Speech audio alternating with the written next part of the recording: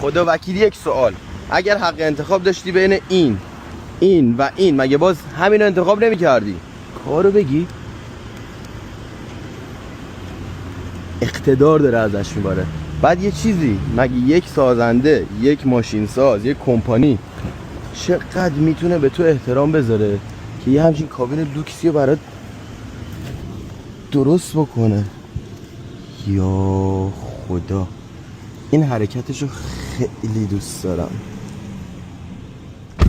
درش که بسته میشه کلا دنیا از بیرون تموم میشه.